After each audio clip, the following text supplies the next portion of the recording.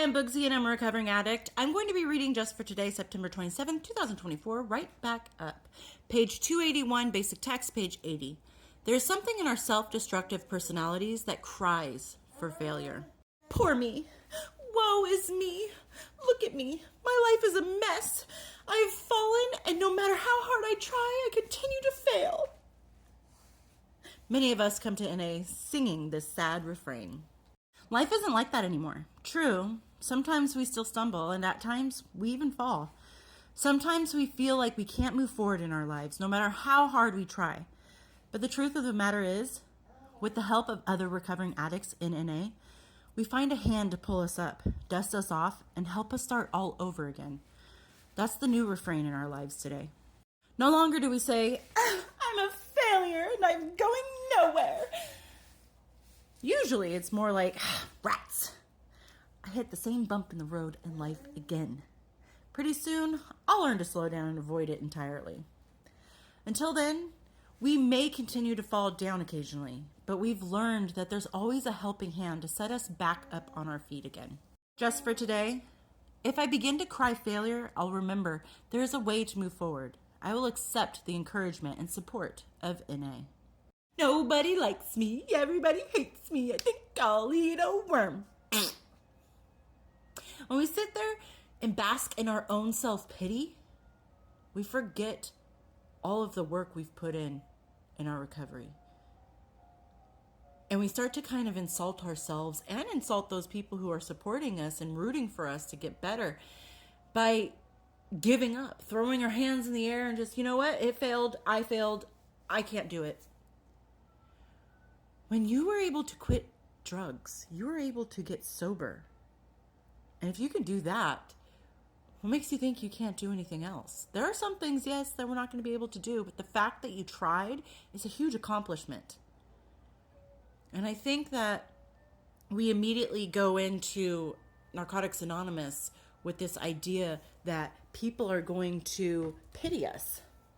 We're going to walk into this room, we're going to tell them our sad, sad sob story about our addiction and the traumas we went through, and everybody's going to be like, oh, poor baby, oh my gosh, it's okay, you can use drugs, it's fine. But that's not going to happen. They're going to be like, wow, I am so sorry you went through that.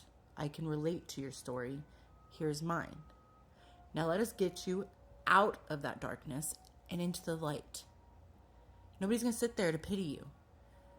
Everybody's going to be rooting for you to get better. Even if you stumble and fall, as the literature even suggests, somebody will be there to hold you, to help you back up, to let you lean on them until you can walk on your own. You may wobble the first few steps, but we're going to be there. Just like a parent teaching their child how to ride a bike. We will hold the handlebars for you. We will hold the seat for you to make sure you're still standing. And eventually, we're going to show you that you can pedal on your own. And I just want you guys to realize that we're not going to be successful in every endeavor that we put our mind to, ever. Like, all of it is not meant for us. And that's okay. And I've said this before, sometimes you find yourself on a path to recovery and you realize this isn't my path. I don't want to be on this path. And that's okay. You can deviate from the original path and change your mind. Maybe I wanted to do this as a job, but now I feel like this is a calling. I'm going to go back to school. That's okay. We are more concerned that you are moving forward on your path rather than staying stagnant or going in reverse, because those two places are no place for a recovering addict. Staying stagnant is just accepting that, okay, well, I'm sober, so, well, the world's not giving me everything I want, so whatever, I'll just sit here. I already got sober. Like, you have to get sober and then keep moving. And it's an obvious reason why we don't want you to go backwards, because we already know what's back there. And I've said this time and time again, that once you hit recovery, when you relapse, the fall is much further. So don't make yourself feel inadequate in your recovery because you couldn't do every single thing that you've tried. We are meant to fail, because I think failure in life is a good lesson. that there's just some things that we can't do and we have to accept that. And that's fine. It's what you do with that acceptance that matters. Okay, you know what? I wanted to go be a nurse. I couldn't be a nurse, but I can still work in the medical field somewhere. You know what? I wanted to go be a teacher, but that's just not for me.